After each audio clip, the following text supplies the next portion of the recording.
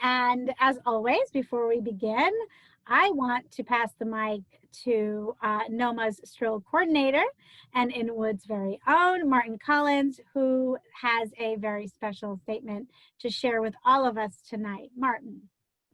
Good evening, Neria. Good evening, Michelle. And good evening, ladies and gentlemen. Thank you all for joining us tonight in our latest in our series of Stay Home Open Studios with Rosa Naparstek. Tonight's sponsor is the Armory Foundation, the premier indoor track and field center in America, located at 2164 Washington Avenue between West 168th and 169th Street. They host over 100 track meets annually with the goal of serving youth by promoting physical fitness and the pursuit of individual excellence. The Armory Foundation houses the National Track and Field Hall of Fame and offers a wide variety of community support programs and also the largest after-school activities center in New York. The Armory welcomes over 250,000 visits from young athletes each year. And the Armory Foundation's SUNY Attain Lab serves thousands of local residents working towards educational milestones and workforce computer skills, all at no cost. The Armory Foundation also hosts the marquee New York Roadrunners Millrose Games and the annual Salsa Blues and Shamrocks 5K run, started 22 years ago by Coogan's Peter Walsh. Please see armory.nyc for more information. And our thanks to the Armory Foundation sponsoring tonight's Stay Home Open Studio with Rosa Naparstek. Area. Thank you, Martin, and thanks again to the Armory Foundation for your support. And here we are again, and I'm so happy to see all of your faces and names for those of you who have not shown your faces. Thank you all for being here. As Michelle mentioned, this is our 11th open studio. And again, my name is Neria Leyva Gutierrez, and I'm acting executive director of the Northern Manhattan Arts Alliance. And before I introduce tonight's artist, I wanted to thank the New York City Department of Cultural Affairs in partnership with the City Council, who are supporting our program in part. And thank you, we are so very grateful. And more thanks are in order. And these thanks are for all of you who continue to join us week after week. We have loved doing this, and we have enjoyed each and every Thursday night. So thank you, thank you, thank you to all of you who are returning. And for those of you who are here for the first time, welcome. We are thrilled to have you join this family of friends, of artists, and of supporters. And I'm so pleased to introduce tonight's artist. Rosa Naparstek came to America as a young child, a refugee of World War II. Her intellectual curiosity led her first in college to study physics in the hopes of understanding how the world worked. Finding this approach too mechanistic, she invested herself in philosophy, literature, urban studies, and law.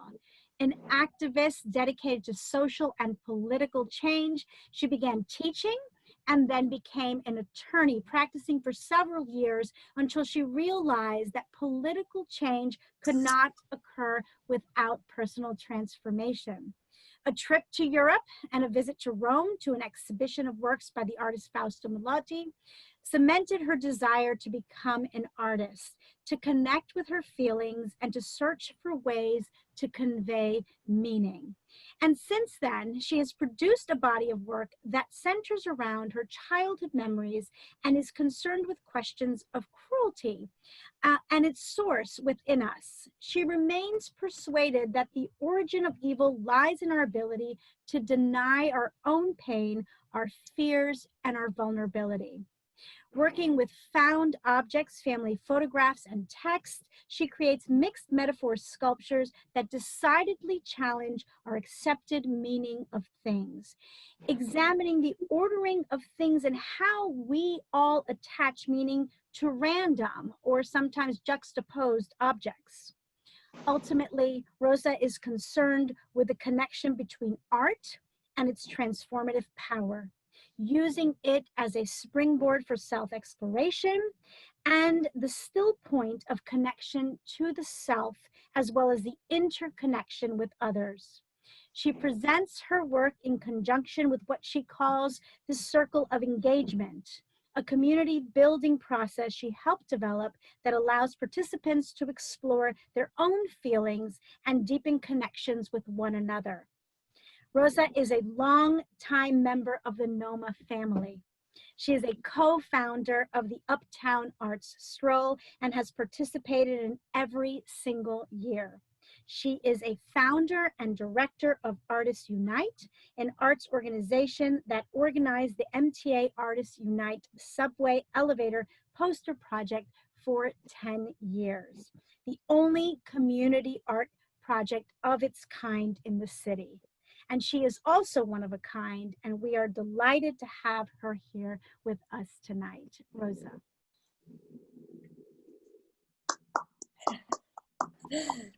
That was so lovely, Mira. I'd like to meet this Rosa. I see several of my friends already, and it's really wonderful to be here. It's a really exciting project that NoMAA has put together. So thank you. I'm happy to be here, and I look forward to our time together. Every human being has a shadow, and I believe that that shadow enters the collective, and the collective chaos is an outpouring of our individual dysfunction, shadow, confusion, and that unless we work at that level, the fundamental change isn't going to occur. In my own experience, I found that I had to go to my own story. At the beginning of my life, I felt my own story was irrelevant. But eventually I realized that all of us come with, quote unquote, the baggage, All of us come with a story that influences us, and that unless we pay attention to what that is, it's going to react and reenact. The name of the exhibit was Face to Face, Occupy Myself. I looked at my own internal landscape and realized that, indeed, whatever I saw inside, I also saw externally, the good, the bad, and the ugly. So the politics of presence, for me, is being able to be with yourself. This exhibit was a response to Occupy movement, saying we need to occupy ourselves. And in order to occupy ourselves, we have to be present with ourselves. In order to be present with ourselves, we have to face ourselves and look at our internal landscape. The exhibit was to deal with these questions. What does it mean to be political? How to be political? What is the relationship between presence, occupying oneself, and one's own history? Some of my work relates to the Holocaust because of my own personal history. I'm a child of survivors. Now this is a very delicate issue for me. However, the Holocaust is a monumental event in human history. Not that there aren't many other events that are monumental, but for me, it was the defining and informing question as I was growing up. And the question was, what is the nature of evil? And so this emerged. I think it emerged because it was an unconscious way of approaching the questions that I could not consciously come to, because I had my own defenses, and my own defenses against the harsh realities. So I do the artwork as a way to explore these issues, but when I'm done, they say, oh, that's what's going on. And I guess that's true for many artists. They don't know what they're working on until they look at the finished product. But for me, a lot of the pieces and the rhymes that came sort of spontaneously came together directly around the questions of what is evil and how children experience authority from their parents and then in the world. And I had to go inside, where does evil come from? Does it exist in me too? It has to exist in me, it does. It exists in every one of us. Because unless we can come to terms with it in each one of us, it's going to be a big mystery out there. So that for me is the fundamental question. What makes us capable? For me, the answer is our ability to deny our own vulnerability and humanity. Because it's so difficult to be human. It's painful. As we grow up as children, there are many things we don't understand. There's confusion. We cut off, we defend, we wall. And in that ability to disconnect from ourselves and each other, I believe is the source of evil, which once again is brings us back to presence. If we can be present with ourselves and our range of feelings, then I think people would not be capable of doing the things they do. I'm not an artist in the sense I was never trained. I can't draw, I can't paint. I really can't do any of those things. But my father, who was a scholar and an intellect, was also a shoemaker. He made uppers. And he'd always said to me, Rosa, you need to learn a trade. But I used to see my father standing over a table cutting and fixing things and making things, shoes. And the other thing he taught me, my father was a socialist, is that every human being needs to do intellectual work and physical work. Both. You have to have something concrete. So objects are concrete. And this is my father speaking. Objects are labor. They honor the work man and woman. And when I work with objects, they're human effort. It's not often recognized unless it's a piece of art. But everything is important. I don't come to it from an ecological place. I come to it from respecting human labor. For myself, it's very unconscious. I cannot approach these questions directly. My studio is like, a huge playground. So my process is I'll pick things I like. Things speak to me. But I have no idea what they're saying, what they want, etc. I have them sitting around in different parts of the room. So I'll come into the room and then all of a sudden, oh, you want to go with that. Okay, now the two of you together, what else? And so I start putting together visually. And then I'll say, oh, I think this needs something else. And I'll look down, oh, that'll work.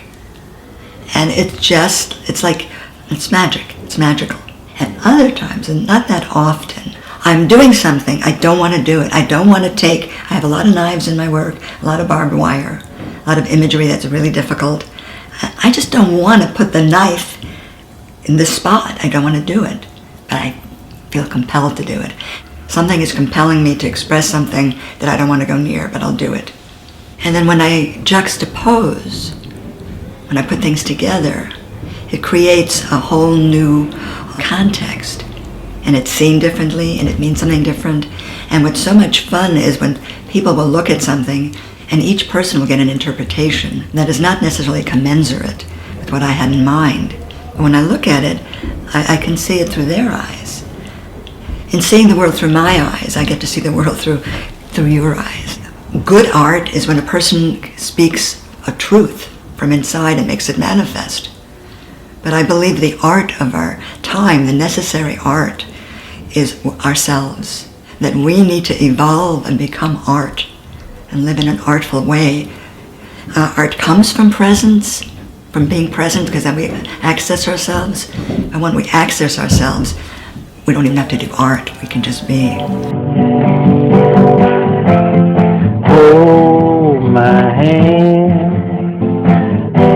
touch my face, take me to the healing place, take me to the feeling place. Take me to the feeling place.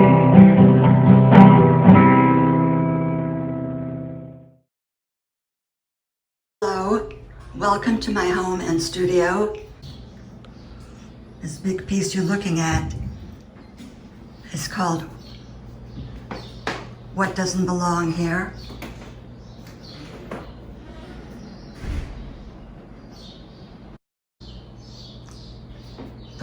The pieces on this wall are each an individual, not a composition. Over here we have computer boards with miniatures on them. Back here, Metropolis.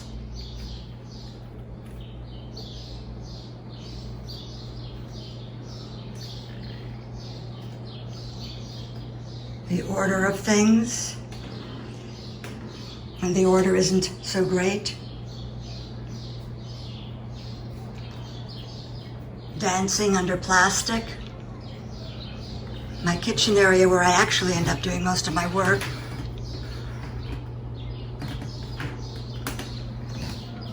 And I like this door, so I'll show it to you. These are stickers from vegetables and fruits. And over here, my cutting board with all the little bric-a-brac that never in my life did I imagine I would be collecting. Entering the living room, fishing for plastic.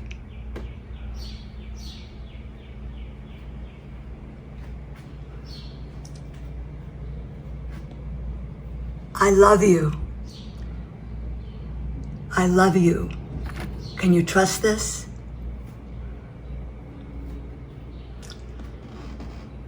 This piece has a long story. Maybe I get a chance to tell it.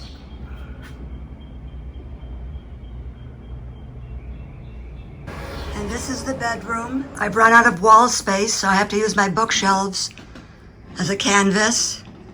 This piece began with the dress, the purple dress, the child's dress from Afghanistan, and the ties, the colorful ties, Harry's ties.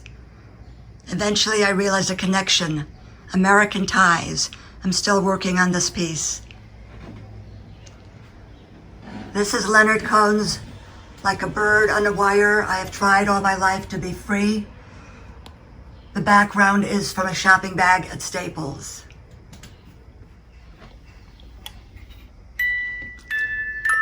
And this is a piece called If Love Had Wings. It's about the United States invasion of Iraq in 1991. And a child holding a doll in a bombed out shelter. This is me in World War II. And the music box is It's a Small World After All.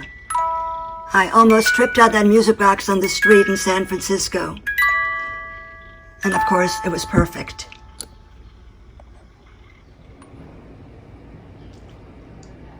And these two pieces are, the one on the left is Eve with snake leather belts, and one on the right, wedding dress.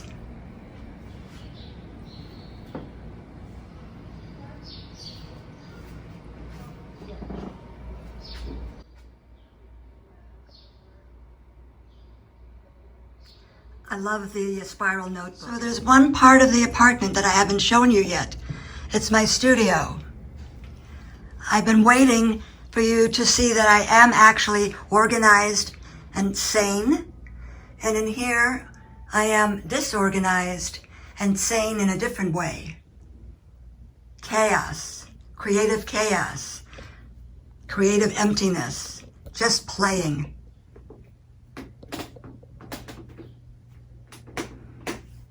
I actually did not have any toys, few dolls only when I was a child, and never a children's book.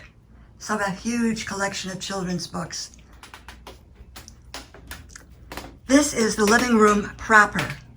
I know, I'm very, very lucky.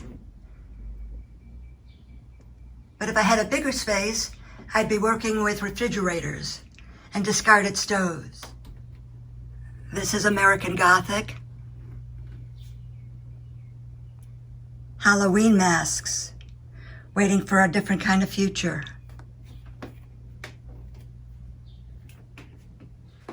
I just was cleaning up, put him here, and then noticed the mouse over there. And of course the frame, which I didn't even realize. So here, there's a framed piece, making itself. It's all in the seeing. And that's what I mean when I talk about inner landscapes from our childhood, from our socialization, from our culture, our civilization, from our philosophy. We see, not reality. And in my case, it works well. Everything is something, and something is everything. So much for that. That was incredibly moving, just from beginning to end. And I think your comment about the difficulty in being a human is such a fascinating idea, and I think offers so many avenues for introspection and discussion and dialogue. It how do you, I mean, how do you contextualize that comment? I mean, you said there's so many things that you said that were really so profound, you know, it just sort of in the concept of, you know, just the idea of human existence, living in an artful way, these ideas, but that notion of the difficulty of being human, I think resonates so much right now. I think we are all confronted with that idea in a way that maybe, you know, you come to this with your own background and things that informed your childhood and your upbringing, and some of us have those things, some of us have many of those things, but I think right now we are all experiencing this notion of the difficulty of being a human. Can you talk a little bit about that? It's that's like the, you know, it's like the biggest question ever, right? But you didn't prepare me for this. I know. Wait, I didn't give you the notes, but that, you know, just Lots. yeah. Talk to me a little bit about that. Talk to us a little bit about that. I think I can try. So, what is the difficulty in being human? Because we don't accept that it's difficult. Because we don't acknowledge that it's difficult. And it's not necessarily that difficult. We're afraid of being here with all that we are, with all our feelings, all our vulnerability. I can never say the word vulnerable. With all our, with that, we come into this world and we're immediately socialized, taught how not to be who we are essentially. And that creates all kinds of blocks. I spoke to the blocks. So it's difficult. We have expectations. I think the difficulty about being human is that we resist being human. Now I could talk about that an awful lot, but fundamentally, we just don't accept all the vicissitudes. We fight against it. We have ideas about how we should be, how things should be. We don't know how to be in the moment with our feelings, with ourselves. And all kinds of things happen as a result of that.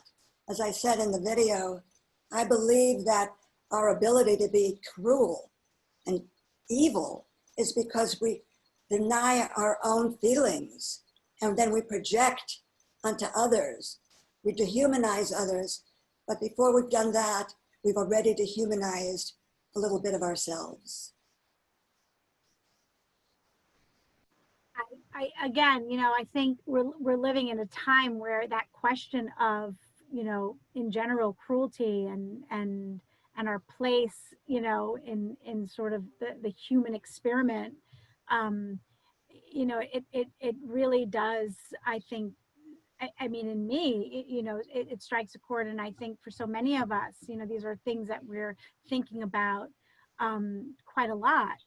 I think you also sent along a few images that maybe we can talk about. Michelle, do you have some of those? Yeah, actually, I'd like to talk about some of them and show you my process, okay? So first of all, in image 2, can that be enlarged? Oh, there it is. That's how I gather my materials. And even under these conditions, I'm willing to stand out there and saw off legs. And you know what? It's New York City. Nobody bats an eye. Image 3 is another view of the living room with the cross that's with the condom on it. I gather you understood it was a condom or not. And that's referencing Mike Pence, the vice president, who in 2016 tried to pass a law that women should bury their fetal tissue from abortions. So the suggestion here is he should gather his semen and bury it really deep. So that's what that piece is about. And the next image 4. Can we get to that? Oh, there it is. That image that's the cabinet that the, if Love Had Wings is in. So I wanted you to see that. Where is that? Oh, okay. So you see, art is also useful. So the next image, this has to do, I'm really interested in this. It's how we organize and how we think we're so logical and scientific.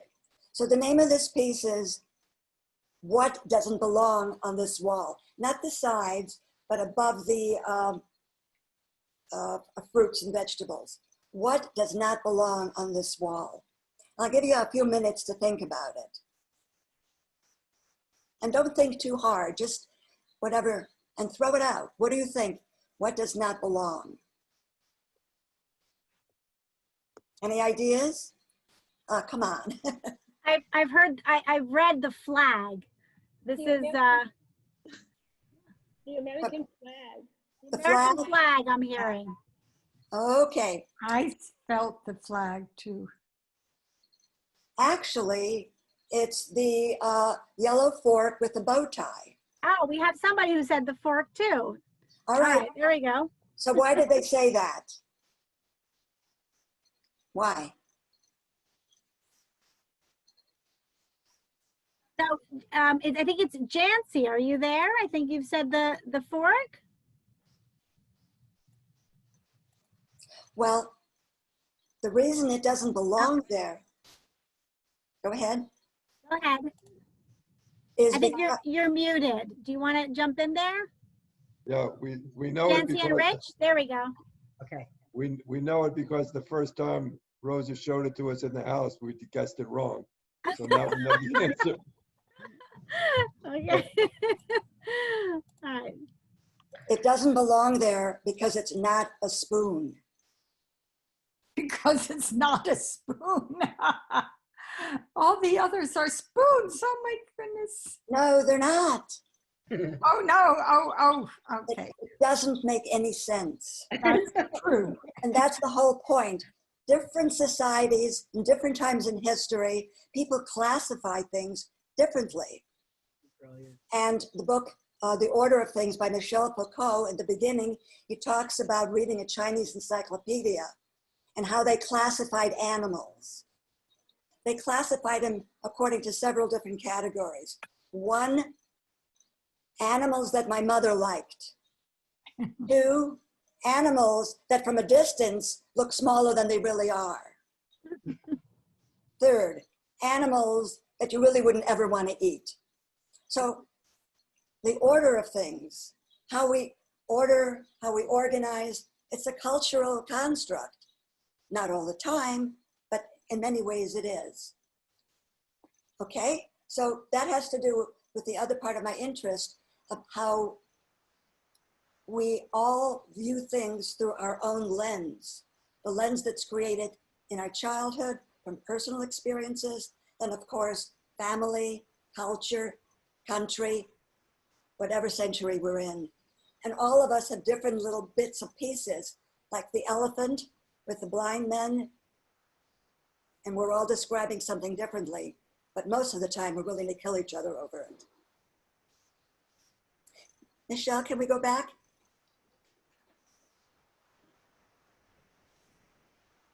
Let's skip this one. And this is a, can you get a little close? It's looks like an African statue, which was the idea. There are 2 piano legs turned upside down.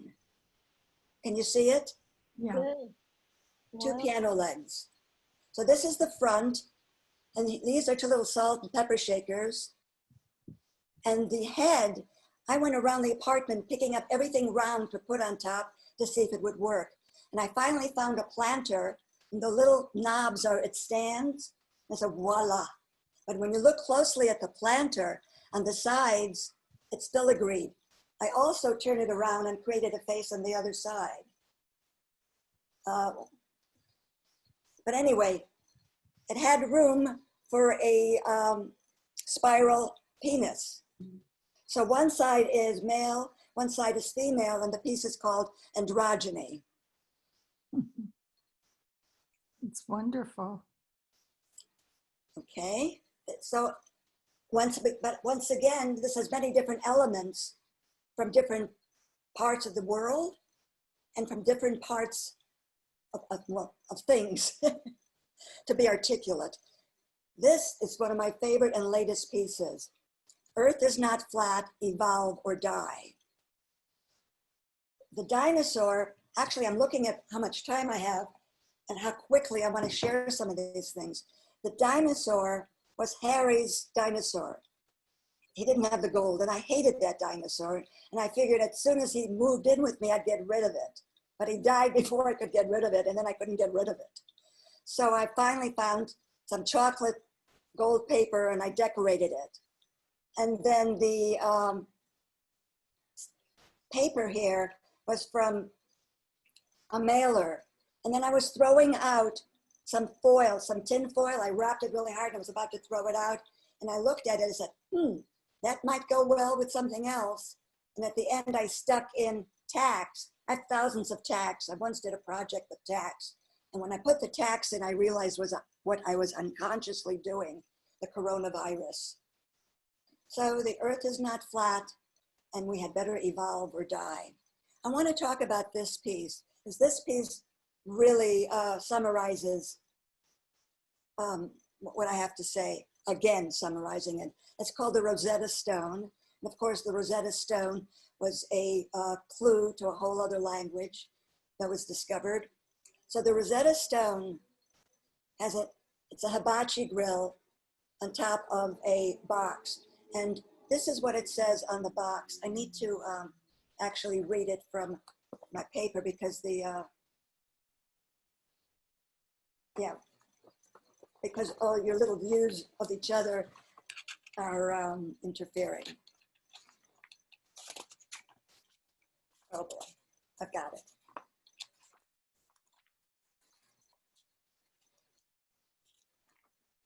Oh, having lots of papers and pages comes back from my old days of being a lawyer, where you always walk around with more pages and papers ready for filing at any time.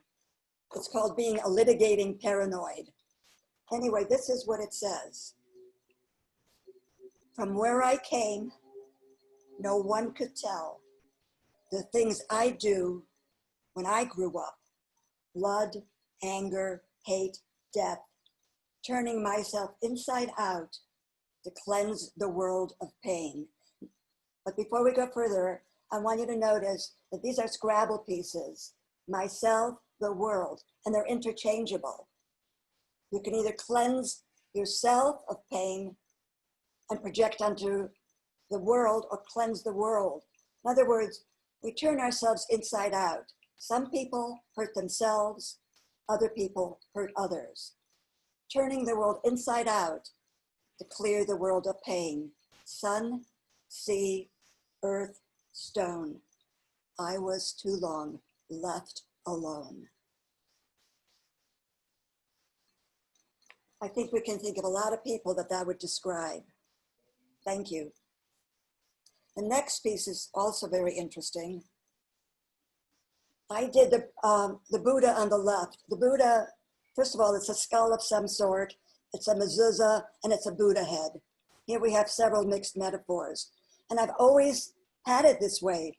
But when I put it away for storage and took it back out again, I accidentally turned it upside down and realized it could also work the other way. Here they are arms,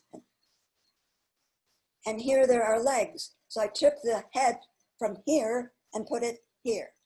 So that was interesting to me. But that's one of the fascinating things about this. You can do everything, all turn it around. And if you can just close your eyes and see, it gets interesting. This piece is the Ballerina.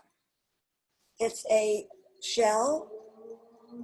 It's a little porcelain doll, arms, broken arms from another piece, and a stand. So I'm wanting you to see how many different ways you can do this.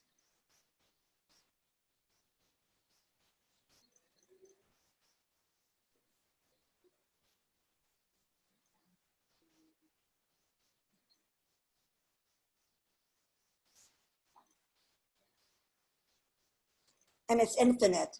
I was kind enough not to send you more. And this is part of a piece. It's a bird cage, and it's called Trap Door. And what's interesting about it is that she's trapped. She's actually Alice in Wonderland. It's rather unfortunate that she's such a known figure. It would be more mysterious if she wasn't. But maybe if I hadn't mentioned it, you wouldn't have known. But that's Alice in Wonderland, trapped. We're all trapped. However, we're not really trapped. Here are scissors that could cut the strings. There's an opening on each side, and there's no bottom. We can get out if we want to. And let's see. I want to read this last.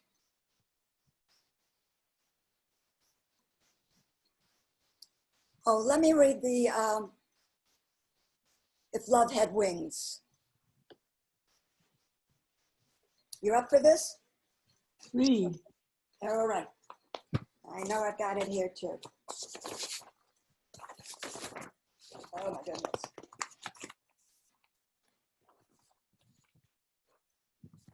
Never was good at filing. Okay.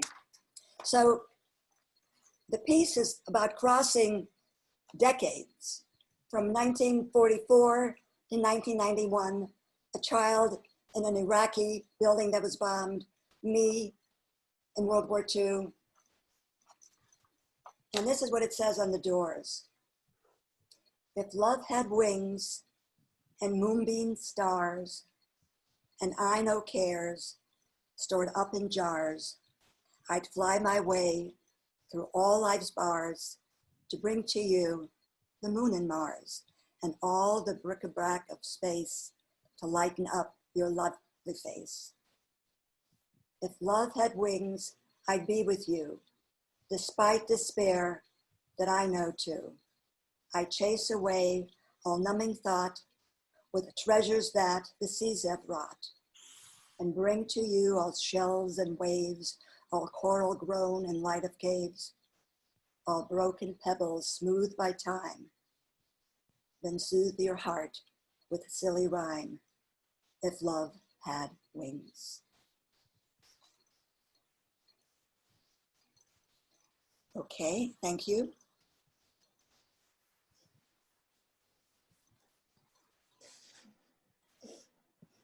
Let's see. Who's that by? Beg your pardon? Who wrote the poem? Wrote the poem was the question. No, I write all of them. They're nursery rhymes. They all come to me with the pieces. Rosa, we also have a question, I think, from Lilia. Lilia, you had a question here. Would you like to ask? Or since I phrased it so, you know, not precisely, but I'm going to try. What I wrote is, I don't know how exactly to phrase this question, but I living with your pieces, Rosa, and I've seen a number of your pieces, a number of your works in various shows that we've been in together, but seeing them all together I don't know, it's blows my mind. I don't know how to say it in a more sort of grown-up way. And how is it living with them? I mean, they seem to me like living presences in your space. Does that make any sense? Oh, I hear what you're saying. Part of the video, the earlier video that was muted and you couldn't hear what was being said, is I talk about things as labor, human labor that I have utter respect for. Mm-hmm. And I don't see them so much as my pieces. I see them as civilization, visualization, human creativity. And I have the fortune of being able to play with them. And no, I don't take it seriously. I do take my children's childscapes very seriously, but the rest of the stuff, it's fun. It's wonderful. Thank you. Thank you. The last part of my question is, are they your friends? And I guess you answered that. Yeah. Yeah. Yeah, I can look around and say, oh, this is interesting. You see, my father wanted to teach me the trade of being a shoemaker. He was a shoemaker. He was an intellectual person, a Talmudic scholar, and a shoemaker. And I said, Daddy, I'm going to college. I don't need to know how to do that. So, and I see him standing at his table cutting and working, etc. Well, now I'm doing that. And it's actually very comforting to me. I went from doing a lot of intellectual work. I still consider myself, quote unquote, sort of an intellectual, but it doesn't amount to anything unless it materializes for me. So for me to have things that I've actually made, now I know my father would be happy, and that makes me happy, but he also wanted to be a labor organizer and change the world. And I'm still working on that with the help of all of you. Thank you. That's a great question. That was great. Rosa, we have another question also from Regina. Regina, do you want to ask your question? Sure. Hi, Rosa. Hi. You are the first assemblage artist that I met. Wilhelmina Grant is the second, and I have become an assemblage artist, and I know the joy of spending time taking things and putting them together in something that's meaningful. Would you call yourself an assemblage artist? No. I do want to say something about how you got to doing it and doing it. If any one of you spent an hour in my studio with me, you'd be able to do it. You'd be doing it.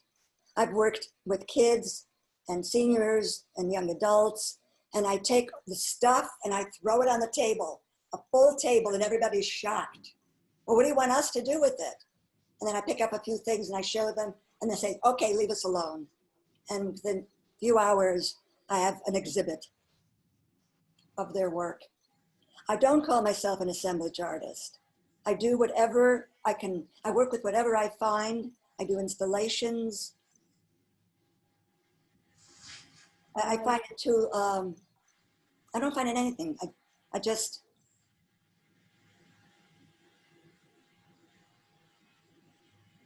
I'm trying to find what I want to say here. I work with what inspires me. And sometimes it's just about everything. Thank you. Thank you. Thank you. Thank you for asking. I'm so curious. We got a view into the spaces in your home. It's sort of related to what Lilia was talking about. How do you, how do you curate your space? How does that come about? Is that something that you are thinking about? Is it part of your unconscious process, or how do you arrive at that? It's an interesting question. When I first started, I was working in a design studio and they threw out everything and I took everything home. And I started just taking anything because I needed materials. I really don't have a thought in my head. It's the materials that speak to me, that say, why don't you put me here? All right. Oh. So I basically started collecting everything. Now I can collect nothing. And the thing is, I would bring it in, and I still do, when I bring something in, I put it down, but you know, I don't like where I just put it. I'll put it over there. And these things seem like it's happenstance, but unconsciously I have an aesthetic. So I just even place everything in a certain way. And I bring in a lot of stuff. Sometimes I'll see something that is really ugly. I am not taking that home. Oh, yes, you are. And needless to say, one day I'll find something that is perfect for. Waste not, want not, or nothing is ugly. It's what you put it next to. That's how I dress also. I feel like, you know, that goes back to the notion of the complexity of being a human, right? Something next to something else maybe is not ugly anymore, right? You know, that idea of sharing space. And that's such a, to me, that's such an interesting idea, and sort of the impulse, you know, you sort of see yourself almost as an instrument, that you're just, you sort of pick up these inspirations and these impulses, and that's how you, you know, I guess back to your physics, kind of your initial pursuit, that notion of trying to make sense of the world, right? Which I think is probably, you know, why we're all here, right? That's what we do on a daily basis, try to make sense of the world that we live in. So this, I want to move on a little bit, unless anybody else has a question. Does anybody else have a question they want to ask? Or you had so many lovely comments, Rosa, and I would encourage you to go to that chat room to look at some of these comments. Really very interesting observations, and of course also accolades for your poetry as well. And so sort of bringing this all together in this sort of, again, the complexity of being a human. But I wanted to shift gears a little bit to sort of close out. And you know, I love this rapid fire question segment. So if you're ready. I actually want to just, I'm sorry, I'll be really brief about it. No, please do. I would like that image with I, thou, because I'd like to end with that. I think it's important to yes. me. Okay. I, thou. That's obviously Martin Buber and many others. So walk on water. Some walk on air, some walk on water. I walk on bones. They do not weep, they do not call, but I owe them all. The truth abides, but I don't know why we were made to rise and fall. Grasses still grow, birds still fly free, but there's no hope till I is we.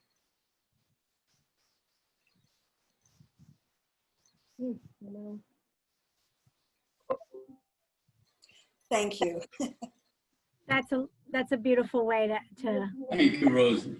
Thank you for that. Okay, so we will shift a little bit, and so I'll ask you a few questions, and you'll sort of respond off the cuff. I have a feeling that you will have some very poignant things to say. So, or who knows? We never know what's going to happen. But I guess the first question I wanted to ask is, what are you looking forward to doing post-quarantine or post this period? How are you making sense of the world after this? What are your thoughts? Okay, this is going to surprise you. Nothing special. I'm fine. I've been very, very privileged. I'm in my home. I'm next to a park. I have my toys about me. I have a lot of space. I'm very happy. I guess the major thing I want is good food. I'm a bad cook. So I look forward to going out to eat with friends. Okay, that sounds fair. That's good. Okay, here's a question that I'm very curious about. Which historical figure do you identify with? You know, I know you used to ask that, but I forgot, or I would have thought about it, but I don't identify with any. I like to say Rosa Luxemburg. There's a lot about her that I really admire and respect, and I think my father might have named me after her, but no one particular. There are so many, I can't, an amalgam of so many women and men, and the history of people who have tried to evolve themselves and the planet. I think, judging from what we've seen tonight, that makes perfect sense, that answer. Thank you. I completely understand why you would say that. Okay, this is a tough one, and maybe it's the same idea. Maybe you can't answer that, and that's okay. What do you consider your greatest achievement? Learning how to cry. Yeah, that goes back to the vulnerability piece that you mentioned at the beginning. Yes.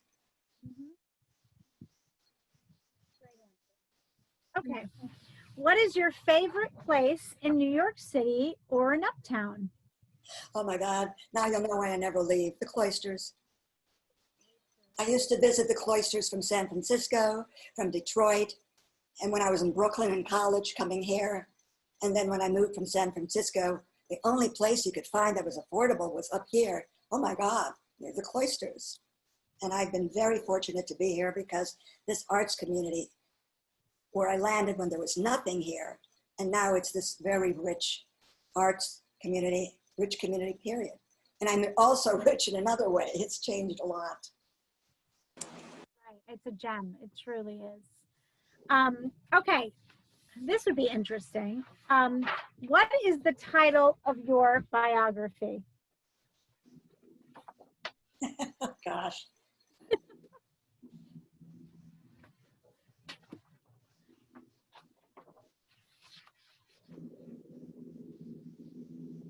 The Call Within. Okay, I like that. So here's a question that we've only asked it once before, but I feel like you are game for this. So you're gifted a lion. You can't regift it or sell it. You're stuck with it. What would you do with it? What was I gifted?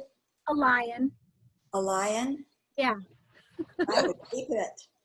You would, I had a feeling you would. Where would you put a cat? A big cat?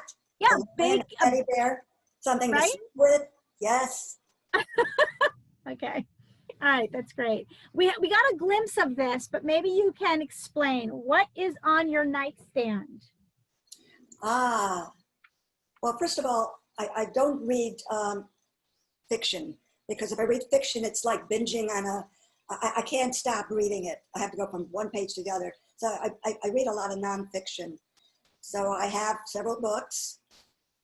I brought them with me because I didn't have a chance to write down what they were. One of my favorites, I look at it regularly, is this. Before Buddha was Buddha. Little stories that help me go to sleep. Actually, I think I see my friend up there too, who wrote it. Rafe, are you there? Rafe Martin? Yes. Ah, nice. That's great. A Child's Garden of Verses by Robert Louis Stevenson. I steal rhythm from him because my friend Risa Ehrlich says I have no rhythm, but I do dance. And, oh yeah, I read a lot about first feelings, how we learn, how children learn, and how we destroy them. Alice Miller, who I've read this many, many times, Prisoners of Childhood. I've had several exhibits based on her work. And then, oh, I love Krishnamurti. You Are the World.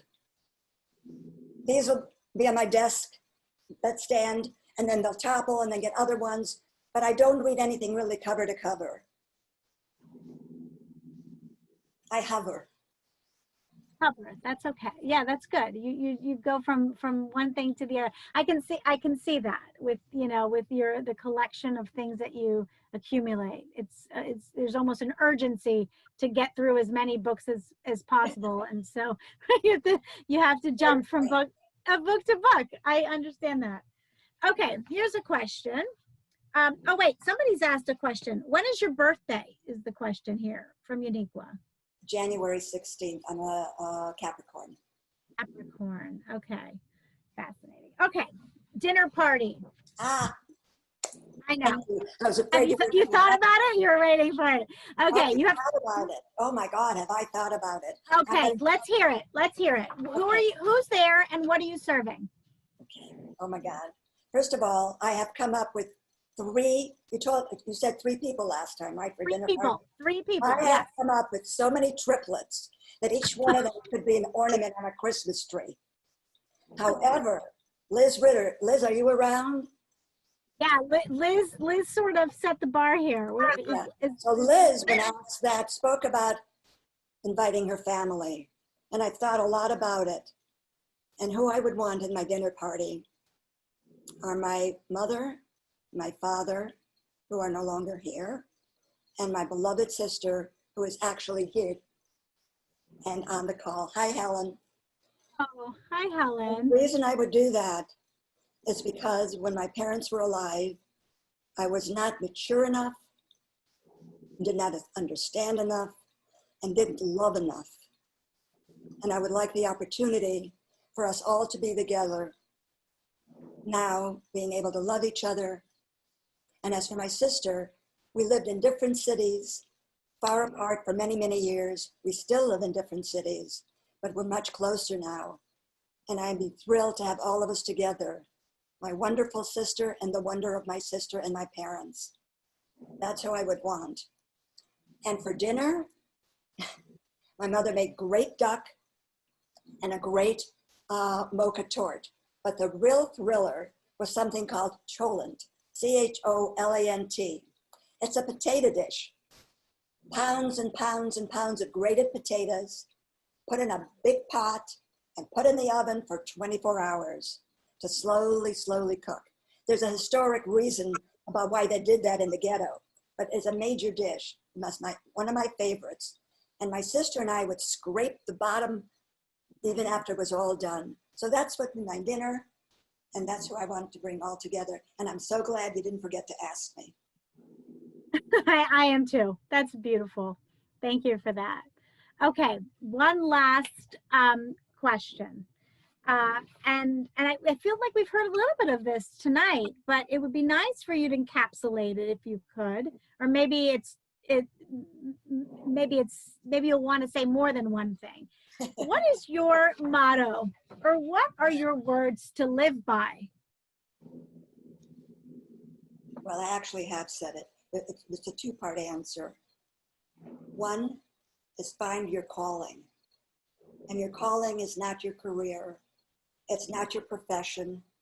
It's what you're called to do from the inside. Let your light shine. You know, this little light of mine, find it. And it not only will lighten you, it will enlighten all of us, because it's not just about you. That little light is about all of us. So that's number one. And the second thing, and this is really hard because I have trouble with this. Most of us do. Once you find it, and you will, art came to me out of nowhere.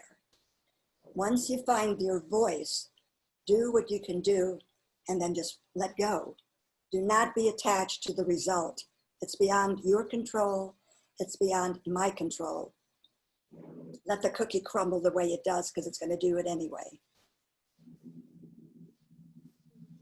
I had a feeling you'd have a few things. There's compulsive purpose, and I've been a victim of my own compulsive purpose. But there's compassionate, meaningful, directive purpose, and that's very different. That is wonderful. Thank you so much. This has really been a wonderful evening, and I think we've all learned a lot. Not just about you and about your art, but about this notion of the complexity of being a human. And I think that that's a lesson that we really all can benefit from. So thank you for that.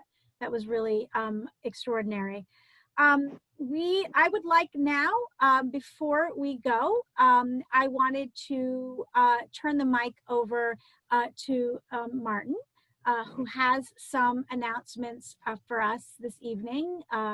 Martin, would you Thank like you, to? Nuria.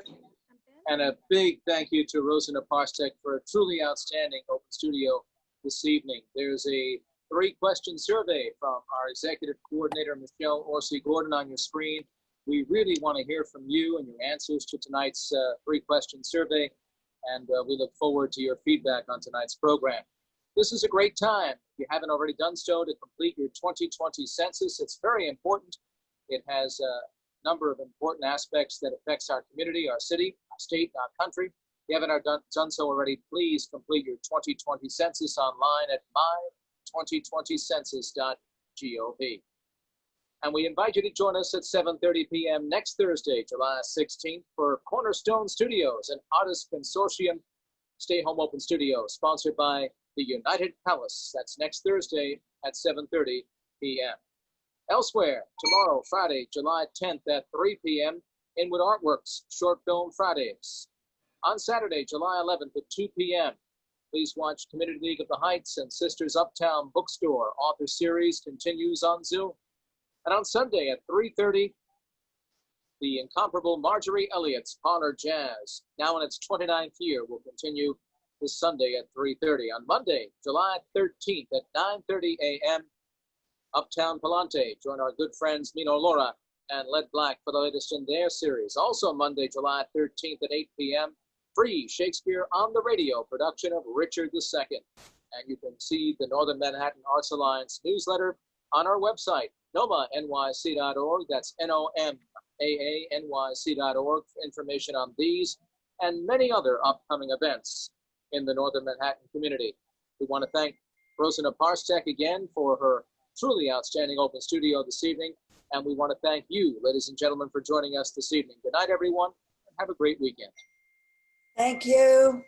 Thank you, Martin. And thanks again to the Department of Cultural Affairs and the City Council. Thanks to all of you for being here tonight. And Rosa, thank you so much for a beautiful and inspiring and thought-provoking evening. Good night to all of you. We'll see you again next week, 7:30. Take care, everyone.